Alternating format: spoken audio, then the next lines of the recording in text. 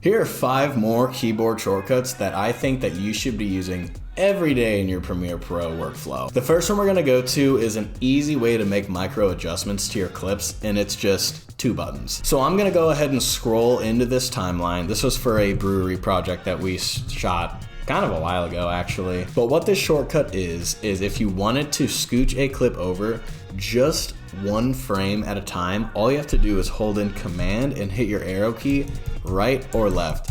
And this is gonna allow you to make those micro adjustments. Say you wanna start your clip on the beat and you're just 1 frame off. This would be a good tool to use. You would just click on it, scooch it over 1, and that would be all. And while we're in the arrow keys, I'm gonna go right to my next shortcut, and that's just the up and down arrow. If you wanted to navigate your timeline easier and just go to each single cut, all you have to do is hit the up and down arrow. As you'll see here, I'll hit down, and we're gonna scooch forward, do a couple different cuts here. Like I said, just some delicious, delicious beer. And if you wanted to go back, you would just hit the up arrow and you're just gonna kind of clip back. But it's just another quick way to navigate the timeline. So the next one I'm gonna talk about is an easy way to adjust where you cut clips at. So this is the rolling edit tool. All you have to do is click N on your keyboard and you're gonna see you're gonna get this weird icon where it's 2 arrows pointing opposite directions. And all you do with this is hover over a cut and you can drag that left or right. And it's not actually scooching the clips, it's moving the cut within the clip. So take this clip right here of this grain, for example. If I move this to the left, it's going to scooch the front of this clip over and cover up the back half of that first clip. So now this clip starts earlier and this clip ends a little faster. And this is just a great way to make the same things, sort of those micro cuts and getting your clips where you need them without having to click, drag, move. Yeah, 1 click, you're done. Another shortcut that you can use, and this is also another timeline management thing. Let's say you have a clip on the first track and you wanted to move it to the second track. There is a chance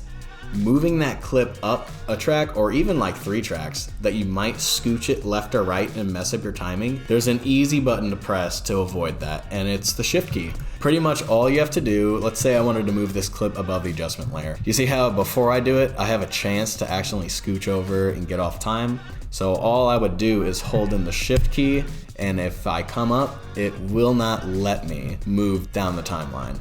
And like I said, this is just a good way to make sure everything stays where you put it. Premiere likes to be kind of freaky, so this is just a nice way to keep that organized.